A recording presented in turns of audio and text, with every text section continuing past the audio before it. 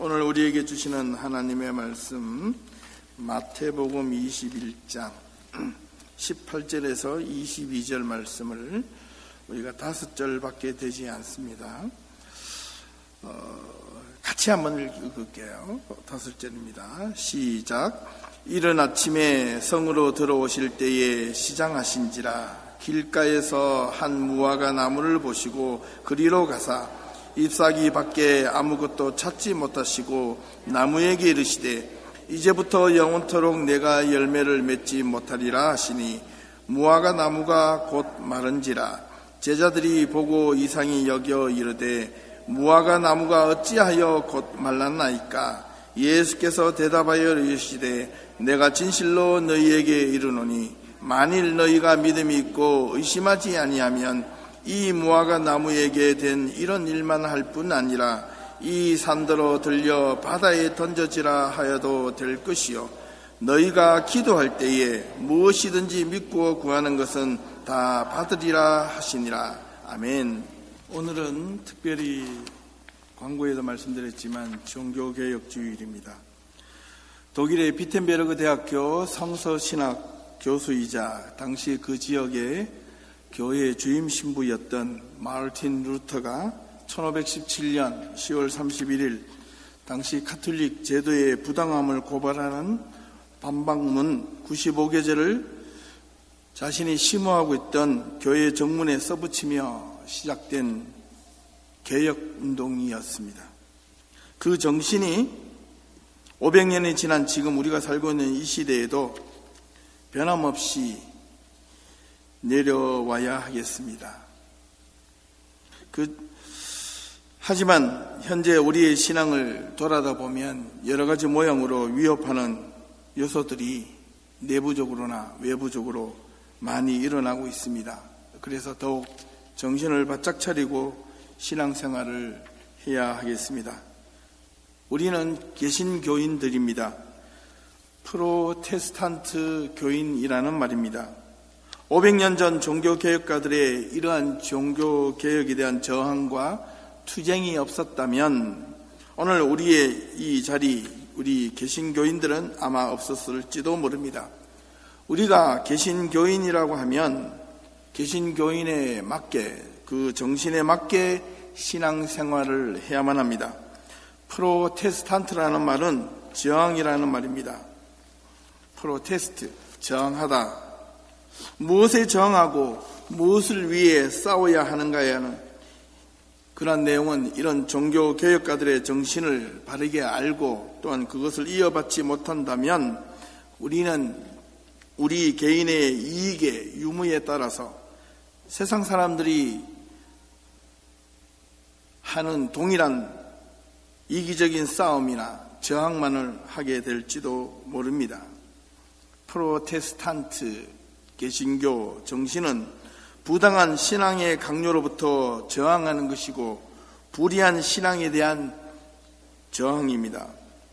의가 불의에 얽매일 때, 진리가 비진리에 의해서 왜곡이 될 때 프로테스탄트가 일어나야만 합니다. 이런 정신을 자신의 삶의 유불리를 떠나 자신의 신앙의 양심에 따라 저항한 자들이 바로 종교개혁자들입니다.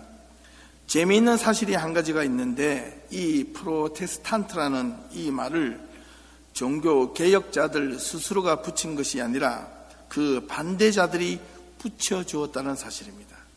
우리가 개신교인이라고 붙인 것은 아니었습니다. 당시 제2 스파이어 회의 때 정통파, 즉 구교 캐톨릭 사람들이 지도자들이 자신들이 결정한 종교적 법안에 반항한다 하여 그들을 저항한 자들, 프로테스탄트들, 반항자라고 부르며 경멸했던 용어였습니다. 하지만 우리 종교개혁의 핵심 이 세 가지를 이 자리에 다시 한 번 더 말해 보라고 한다면 그 첫 번째가 오직 믿음, 두 번째가 오직 말씀, 세 번째가 오직 은혜입니다. Sola fide, sola scriptura, and sola gratia.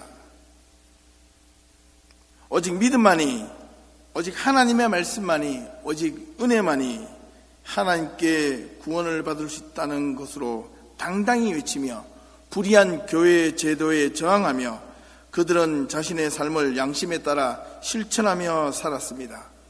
오늘 우리들도 이러한 종교개혁가들의 후예로서 믿음의 정신을 지키고 오직 하나님의 말씀만이 구원의 도구가 되고 오직 하나님의 은혜로서만이 우리가 살아갈 수 있다는 것임을 믿고 믿음의 생활을 해 나갈 수 있기를 진심으로 소망해 봅니다. 본래 프로테스탄트 신앙에는 대충이라는 말은 없습니다. 대충 믿는 신앙이라는 것은 초대 프로테스탄트 종교 개혁자들에게는 결단코 허용되지 않았습니다. 대충 믿어도 구원받는다는 것은 없었고 대충 믿어서 기도의 응답을 받는 것도 없었습니다. 조금 더 신앙의 깊이에 들어가 보면 신앙을 올바르게 갖기 위해서 우리가 얼마나 신앙을 절실하고 간절하며 갈급한 신앙으로 우리의 삶의 중심에서 바르게 그리고 노력하여 우리의 삶 속에서 온갖 유혹을 이기며 이것을 지켜지지 않으면 우리의 신앙은 여지없이 무너진다는 것은 그들이 알았기 때문에 그랬습니다. 그래서 종교개혁자들은 자신의 삶의 유불리를 떠나서 하나님의 말씀에 위배가 되지 않도록 몸부림쳤습니다. 그 후예들이 바로 이 자리에 앉아있는 저와 여러분들입니다. 하나님의 말씀을 깊이 이해하고 깨닫는 자세가 중요합니다. 오직 믿음은 맹목적인 믿음이 아니었습니다. 대충 믿는 믿음도 아니었습니다. 분명히 알고 깨달아 얻어지는 믿음입니다. 성경은 성경을 문자적으로 믿는 것이 아니었습니다. 하나님의 말씀을 보다 깊이 있게 심도 있게 바르게 이해하고 깨달으려고 몸부림쳤습니다. 오직 은혜, 무조건적인 하나님의 은혜라고 해서 모든 사람들에게 은혜가 주어지는 것은 아닙니다. 오직 하나님의 은혜밖에 없다라고 고백한 자들에게만이 하나님의 놀라운 은총이 그들에게 임한다는 것이었습니다. 종교개혁자들의 후예답게 오직 믿음, 오직 말씀, 오직 은혜로 살아가는 두 개의 성도님들이 다 될 수 있기를 먼저 주님의 이름으로 축원합니다. 오늘은 기도의 힘을 믿습니다라는 제목으로 말씀을 함께 나누고 싶습니다. 예수님을 믿는 성도들은 누구나 이 제목처럼 기도해야 한다는 것 알고 기도하면 응답을 받는다는 것도 알고 기도의 힘을 믿습니다. 하지만 돌아보면 솔직히 정직하게 우리는 얼마나 기도의 힘을 믿고 있습니까? 기도하면 된다며요. 기도하면 응답을 받을 수 있다며요. 그러나 응답을 받을 수 있다고 아는 만큼 우리의 삶 속에서 진짜 기도의 힘을 우리 가슴 깊이 양심을 놓고 믿고 있는지 돌아보아야 합니다.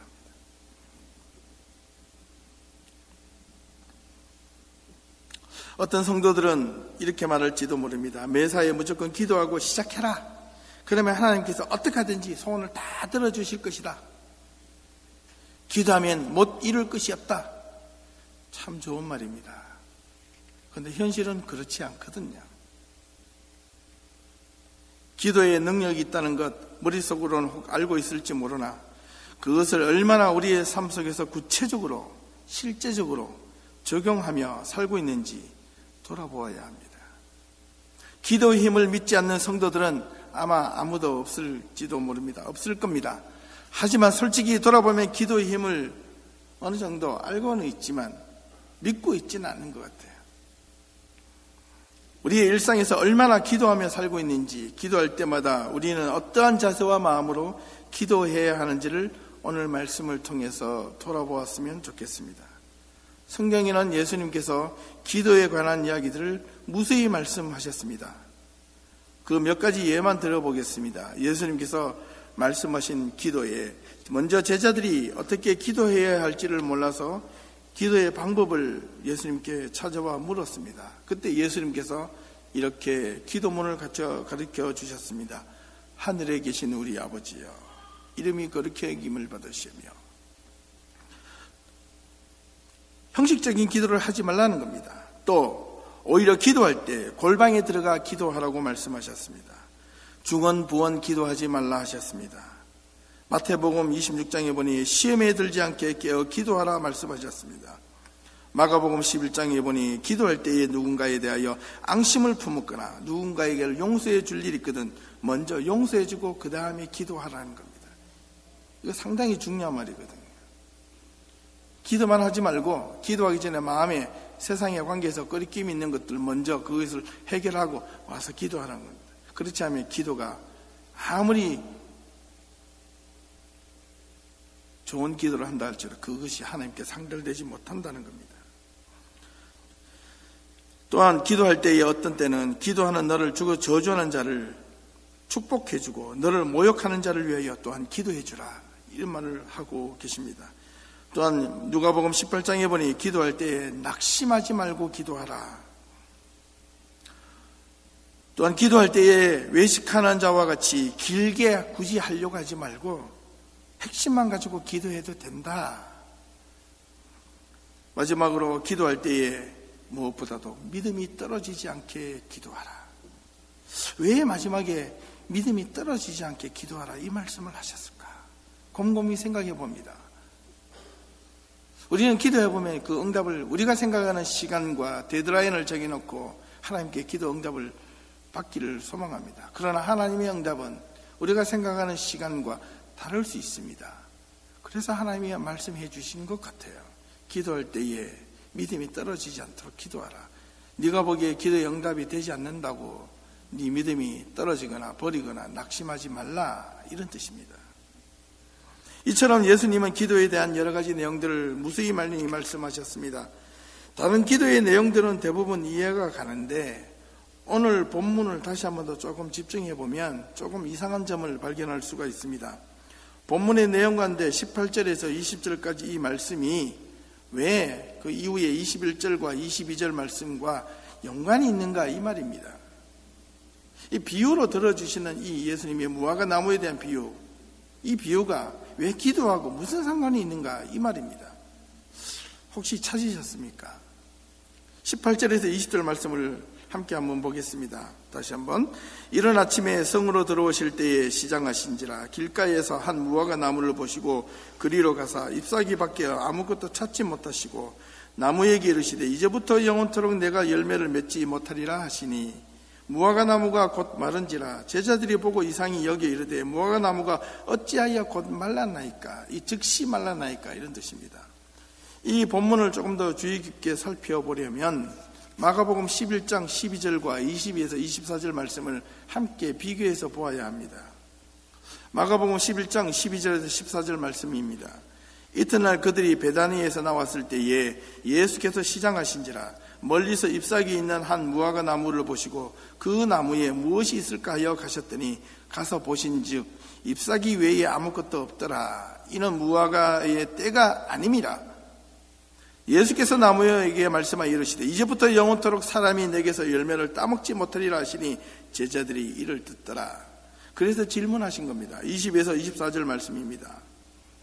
그들이 아침에 지나갈 때에 무화과 나무가 뿌리채 마른 것을 보시고 베드로가 생각이 나서 여짜오되 랍비여 보소서 저주하신 무화과 나무가 말랐나이다. 예수께서 그들에게 대답하여 이르시되 하나님을 믿으라. 내가 진실로 너희에게 이르노니 누구든지 이 산들어 들려 바다에 던져지라 하며 그 말라는 것이 이루어질 줄 믿고 마음에 의심하지 아니하면 그대로 되리라. 그러므로 내가 너희에게 말하노니 무엇이든지 기도하고 구하는 것은 받은 줄로 믿으라. 그리하면 너희에게 그대로 되리라. 예수님이 무화과 나무가 열매가 없어서 그것을 저주하셔서 그들이 말라 죽은 것을 갖고 기도하면 무엇이든지 믿고 간구하면 얻는 것과 무슨 상관이 있느냐, 이 말입니다. 이 두 복음서를 비교해 보면 이 마가복음이 조금 더 구체적으로 설명을 하고 있는 것을 쉽게 이해할 수가 있습니다. 예수님께서 무화과 나무를 저주하시며 말라 죽은 것을 본 제자들이 왜 무화과 나무가 말라 죽게 되었습니까? 라고 물었더니 그에 대한 답변이 이상하지 않습니까? 내가 말라 죽겠어. 그건 쓸모가 없어. 이렇게 말을 해야 하는 것이 맞는데 예수님께서는 동문서답처럼 들려집니다. 이 산들어 들리어 바다에 던지우라 하여 그 말하는 것이 이루어질 줄 믿고 마음에 의심하지 않으면 그대로 된다 하시며 무엇이든지 기도하고 구하는 것은 받은 줄로 믿으라. 그리하면 너에게 그대로 되리라. 이렇게 말씀하셨다는 겁니다. 마가복음 11장 3절을 걸어볼 때 분명히 무화과가 열매를 맺을 때가 아니었다고 기록하고 있습니다. 그런데 열매가 나지 않았다고 왜 예수님이 그것을 저주하셨을까요? 그것이 왜 기도와 연관이 있을까요? 이겁니다. 아직 열매 맺을 때가 아닌데도 불구하고 예수님께서는 나뭇잎만 무성히 맺혀 있는 무화과 나무를 보시고 열매 없음을 저주하시며 무화과 나무를 말라 죽게 만드신 그 이유가 예수님께서 배가 고파서 시장 가신지라 하셨잖아요. 그래서 가서 보니까 안 달려 있어서 화가 나서 홧김에 그렇게 하셨던 것이 아니라는 거죠. 아직 무화과 때가 아닌데도 자연의 이치를 어겨가며 예수님은 그 무화과 나무를 말라 죽게 만드셨다는 겁니다. 도대체 그 이유가 무엇이고 그것이 우리의 기도와 무슨 상관이 있는지 저도 수십 번 읽어보았지만 처음에는 도대체 이해가 되지 않았습니다. 여러분들은 이 말씀이 제대로 이해가 되셨습니까? 무화과 나무와 믿음의 기도와 어떤 연관이 있는지에 대해서 알아보기 위해서 먼저 무화과 나무의 특성을 이해하셔야 합니다. 뽕나무과에 속하는 이 무화과 나무는 지중해 국가에서 자생하는 나무인데 팔레스타인 지방에서는 일찍부터 널리 재배되었다 합니다. 크게 자라면 12m까지 풍성하게 자라고 좋은 나무로 경관도 있고 나무잎이 커서 그 속에서 많이 쉼도 가졌다고 합니다. 지금 이스라엘 땅에서는 그 척박하고 메마른 땅에서는 이 그늘을 주는 이 무화과 나무 밑에 사람들이 많이 모여 있었습니다. 넓적한 잎들은 넓은 그늘을 만들어 주는데 이스라엘 사람들은 이 시원한 나무 그늘 밑에서 기도의 장소로 삼기도 했다고 합니다. 무화과 나무 아래 산다는 것은 평화와 번영을 상징하는 유대의 속담이 있고 마른 무화과는 재난과 심판을 상징하는 말이 되기도 했습니다. 이 열매는 엔게디 같은 지역에 사계절 내내 열매를 얻을 수 있으나 1년에 2번 정도 보통 거둔다고 합니다. 3월에서 4월 사이에 맺혀지는 첫 열매는 지난해에 가지에서 열렸던 것인데 아직 즙이 나오지 않아 사실 먹기에는 조금 부적당합니다. 이 시기에 먹을 과일이 부족할 때 이것들을 종종 가난한 사람들이 종종 따서 먹었다는 겁니다. 이때 맺은 이 열매가 잇따라 나오는 잎은 여름이 가까운 줄 알라라고 마태복음 24장 마지막 종말 때에 하신 말씀을 상기해 보면 이 맺은 열매들은 4월과 5월에 익어서 떨어지고 약 6주가 지나면 새로운 열매가 나타나는데 그때가 그 열매가 진짜 무화과 열매가 되고 가을이 되어 수확을 하게 된답니다. 그런데 예수님께서 이 무화과 나무를 저주하신 이유는 이 6월절로 보는데 대략 3월에서 4월 사이에 예수님이 예루살렘으로 지금 들어가시는 길에 무화과 나무를 보신 겁니다. 그러면 그 무화과 나무에 열매가 없다는 것은 지난해에 열매가 맺혀지지 않은 것을 보았다는 겁니다. 3월 초순이 되면 무화과 나무에는 작은 잎이 나오고 그때 동시에 지난해에 맺었던 작은 열매들이 맺리는데 이 열매를 아람어로 타크시라고 말을 합니다.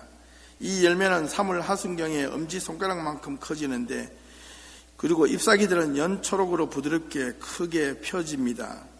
한 주일이 더 지나 4월 초가 되면 타크시와 잎사귀들은 조금 더 자라지만 무화과 나무는 여전히 벌거벗은 상태로 있습니다.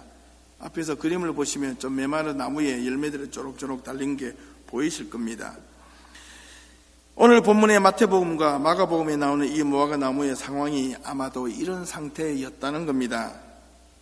예수님은 바로 아직 먹지도 못하는 상태에서 시장길을 면하시려고 그 즙도 나오지 않는 무화과 나무를 찾으셨습니다. 이 타크시는 진정한 의미에서 무화과 나무라고 말할 수는 없습니다.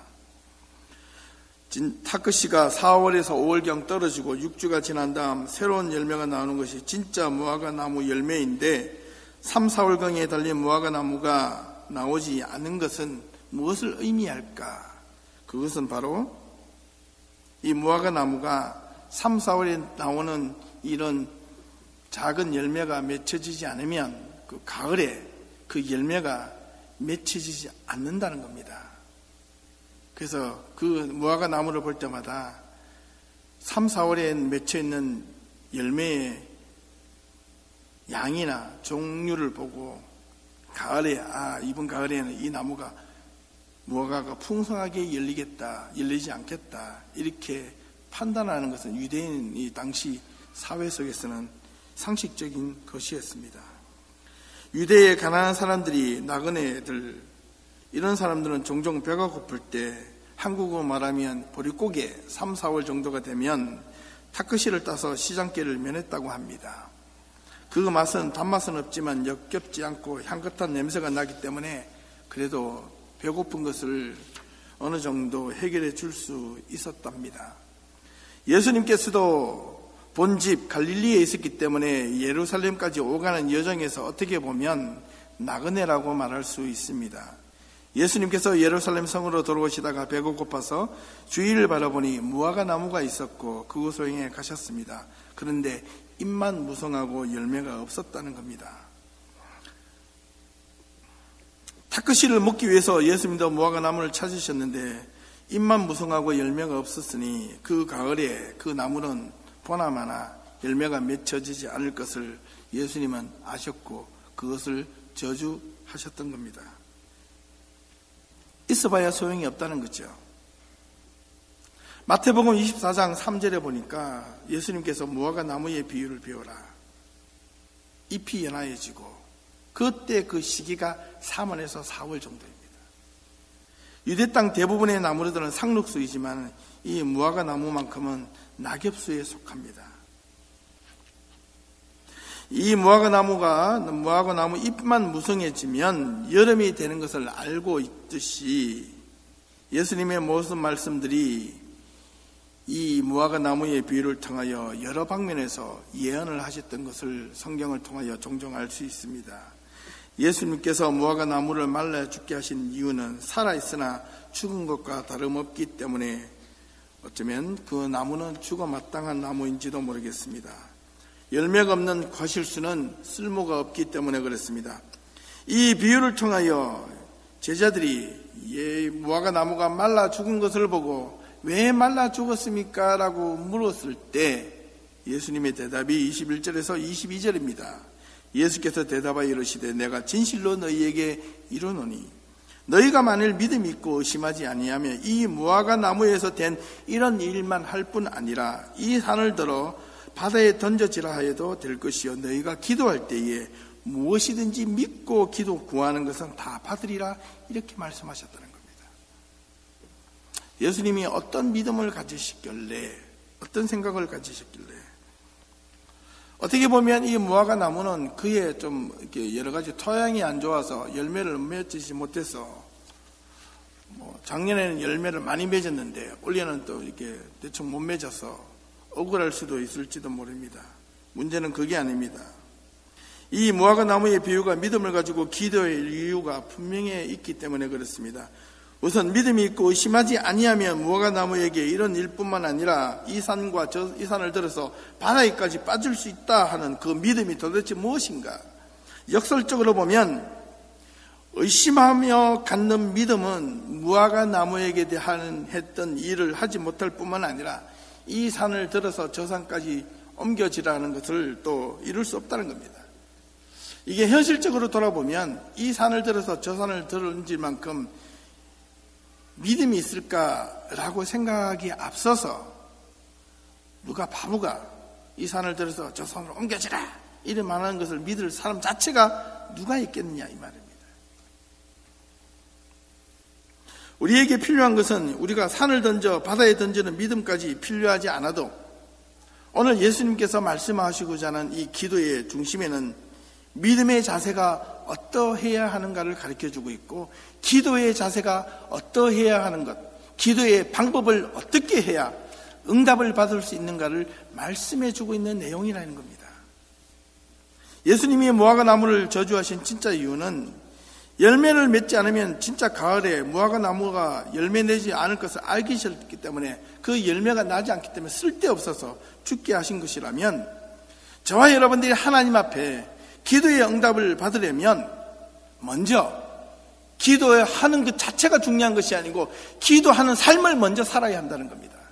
기도하는 삶을 살지 않고 문제가 있을 때마다 기도한다면 그 기도가 응답이 있겠느냐, 이 말입니다.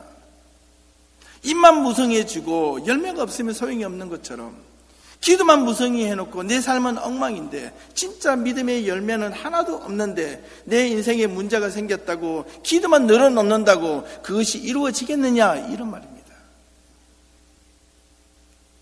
사랑하는 성도 여러분, 우리는 기도하면 힘을 얻는다는 걸 알고 있습니다. 기도의 힘을 믿습니다. 기도하기 전에 우리가 기도하는 그 소원만큼, 우리가 소원하는 제목만큼, 간절히 바라는 하나님께 울부짖는 그 기도의 내용만큼 우리가 얼마나 우리의 삶 속에서 열심히 처절하게 몸부림치며 먼저 말씀대로 살았는가, 예수님은 이걸 묻고 싶었던 것입니다. 무화과 나무가 잎만 무성하고 열매가 없는 이 삶은 죽어 없어지는 것 같다. 네가 기도를 수백 번 수천 번 한다 할지라도 기도하는 삶의 열매를 먼저 네 자신, 네 삶 속에서, 네가 가정에서, 직장에서 너 자신에게 그러한 삶을 몸부림치면서 열매를 맺지 못하는데, 어떻게 가정에서 아내가 남편이, 자녀가 부모에게, 부모가 자녀에게, 내 주변의 직장 동료에게 내가 열매를 맺을 수 있겠느냐, 부모로서의 말의 권위가 있을 수 있겠느냐, 자녀가 부모에게, 부모가 자녀에게 이 관계가 올바르게 정립될 수 있겠느냐. 예수님은 이 말씀을 하고 싶었던 거죠.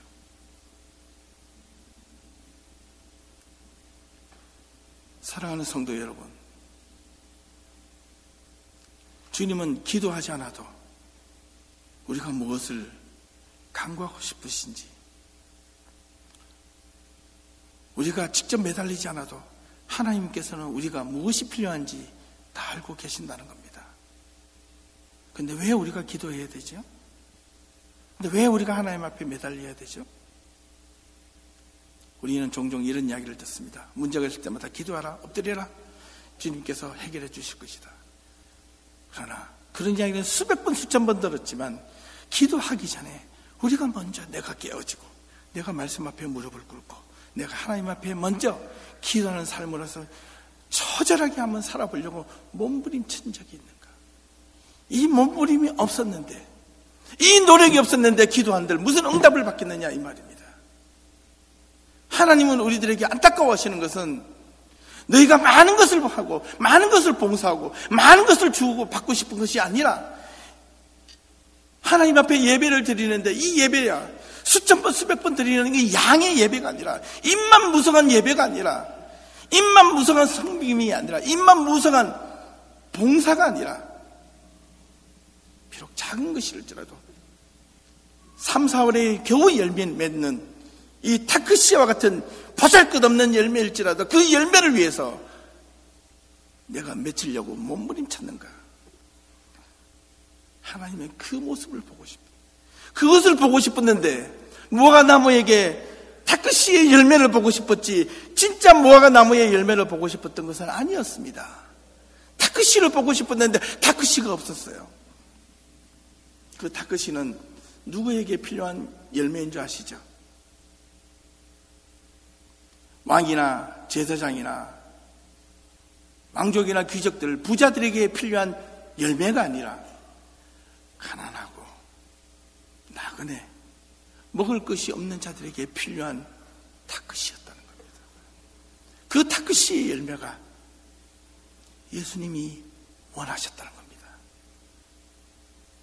우리는 많은 것을 열매 맺으려고 하지 말고, 하나님 앞에 많은 것을 기도하려고 하지 말고, 앞서서 기도의 내용을 예수님께서 말씀해 주셨습니다. 중언부언 기도하지 않아도 돼요. 낙심하며 기도하지 말아야 합니다. 기도는 해야 합니다. 기도의 힘을 믿습니다. 우리는 기도의 응답 받을 줄로 믿습니다. 그렇게 기도만 할 것이 아니라 기도하기 전에 내가 먼저 하나님 앞에 회개하며 기도하는 삶을 내가 살지 못하는 것을 회개하시고 기도하는 삶을 이루지 못한 내 자신의 어리석음과 연약함을 주님 앞에 고백하며 그 고백의 기도를 통하여 내 삶이, 내 가슴이, 내 신앙의 방향이 바꾸어질 때 하나님이 그때부터 응답을 해주신다는 것을 믿으시기 바랍니다. 이게 역사가 일어납니다. 반드시 역사가 일어납니다. 거기에 하나님의 능력이 일어납니다. 우리는 그것을 믿으셔야 합니다. 그 믿음을 가지고 나가야 됩니다. 그때야 믿음이야말로 이 무화과 나무에 저주하는 믿음뿐만 아니라 이 산을 들어 저 산을 옮겨서 던져라도 그 믿음이 이루어질 수 있다는 겁니다. 마지막 22절의 말씀을 보니까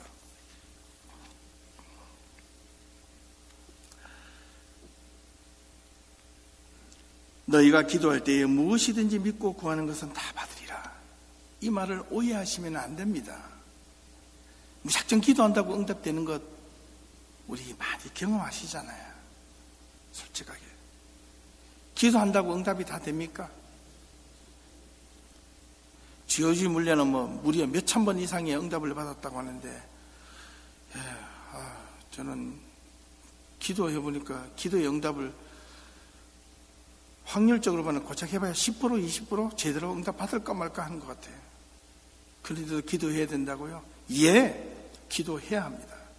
성도들은 무조건 기도해야 합니다. 무조건 기도해야 한다는 말에 앞서서 무조건 기도하는 삶을 먼저 살아야 합니다. 그래야 하나님의 사람들이라는 것을 기억할 수 있기를 바랍니다.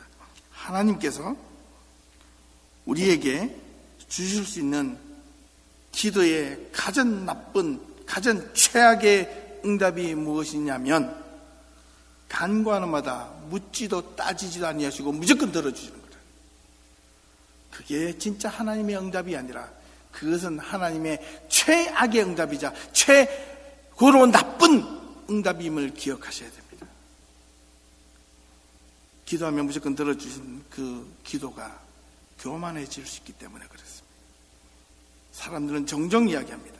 잘못 신앙을 믿고 잘못 믿음을 빠진 사람들은 기도하면 다 이루어진대요. 근데 그 사람 이면을 들어가 보면 기도되는 건 거의 없습니다. 자신의 삶조차도 바꾸지 못하는데 누가 남을 바꾸려고 그래요. 자기가 삶 속에 충실하지 못하는데 왜 남 보고 충실하라고 이야기를 할 수가 있겠습니까? 없습니다. 우리가 진실하지 않는 마음을 가지고 하나님께 간구해도 하나님께서 무조건적으로 들어 응답해 주신다면 그 기도의 응답이야말로 최악의 응답임을 기억하시고 오히려 기도 응답을 받지 못했을 때 오히려 내가 하나님 앞에 올바르게 서지 못해서 내가 부족해서 내가 연약해서 내가 기도의 응답을 받지 못할 삶을 살았기 때문에 그랬나라고 고백하며 주님 앞에 회개해 보십시오. 주님은 그 순간 위로해 주시고 바로 우리에게 기도의 응답을 해 주실 줄로 믿습니다. 하나님께서 우리를 진정으로 사랑하신다면 우리의 기도가 옳은 것인지 아닌지 먼저 그것을 하나님은 보시기를 원하신다는 거예요. 여러분 삶이 지금 무너지고 있습니까? 여러분의 삶에 문제가 남아 있습니까? 해결해야 될 것이 있습니까? 개인의 문제, 직장의 문제, 가정의 문제, 건강의 문제, 수많은 여러분이 해야 될 기도 제목들이 있으십니까? 그 기도 제목만 가지고 먼저 기도하지 마시고 내가 하나님 앞에 입만 무성한 신앙생활을 하지 않았는가 먼저 돌아보셔야 합니다. 그 문제가 해결이 될 때 비록 내가 다크시와 같은 작은 열매만 있을지라도 주님은 우리에게 기도의 응답을 해 주실 것입니다.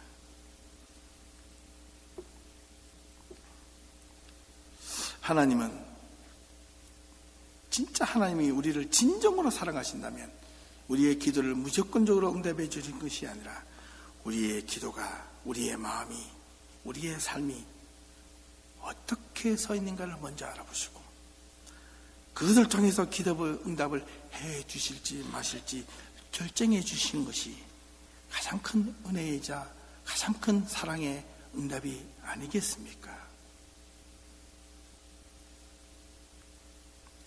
기도의 응답의 가장 최고의 하나님의 응답은 먼저 우리가 기도의 응답대로 믿음으로 살아갈 때 하나님께서 응답해 주신다는 것을 믿고 우리의 믿음이 변함이 없을 터이고, 변함이 없고 어떠한 고난과 어려움이 오더라도 우리가 기도하는 힘을 믿으며 기도의 삶을 더 열심히 살아갈 수 있다는 겁니다. 기도의 능력은 믿으면서 우리가 의심하며 기도하고 있지는 않습니까? 응답이 안 되면 어떻게 하나라고 간구해 보시지 않으셨습니까? 기도 응답되면 다행이고 아니면 말고식의 기도가 우리에게는 있어서는 안 되겠습니다. 기도하려면 간구하는 기도의 응답을 먼저 받은 자로서의 삶을 살게 될 때 하나님은 우리에게 반드시 기도의 응답을 주신다는 것입니다. 우리는 기도하면 분명히 응답받을 것을 믿습니다. 기도의 힘을 믿습니다. 그래야 성도입니다. 그래야 하나님의 사람이고 하나님의 백성이 될 수가 있습니다.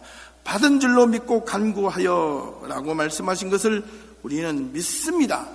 어렵고 힘들 때 이렇게 기도하십시오. 우리가 필요할 때 간구하십시오.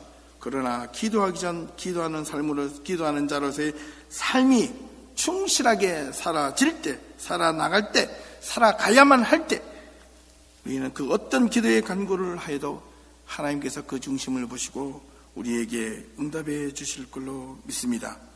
돌아오는 한 주간도 우리가 기도하는 자의 삶을 먼저 살아갈 수 있기를 주님의 이름으로 축원합니다. 기도하겠습니다. 하나님 감사합니다. 진정한 기도하는 자의 삶이 무엇인지, 기도의 힘이 어떨 때 이루어지는지 하나님 알게 하여 주셔서 감사합니다. 기도의 힘을 우리는 믿습니다. 믿기 때문에 이 자리에 나와 있고 또한 우리가 시시때때로 필요할 때마다 기도합니다. 하나님 먼저 우리의 연약함을 용서하여 주시고 우리의 부족함을 용서하여 주시고 우리의 허물과 우리가 하나님 앞에 먼저 올바르게 기도하는 자로서의 삶을 살지 못했음을 고백하며 하나님 한 번 더 하나님의 긍휼하심과 자비하심을 베풀어 주시옵소서. 말씀대로 살도록 노력하겠습니다. 믿음 가운데 살도록 노력하겠습니다. 이 한 주간도 기도하는 자로서의 삶을 살아가겠습니다. 세상 사람들이 어떻게 핍박하고 조롱한들 나의 구주 나의 예수님 그분 한 분만을 바라보고 믿음의 길을 걸어가겠사오니 하나님 용기를 다하여 주시옵소서. 예수 그리스도의 이름으로 기도하옵나이다. 아멘.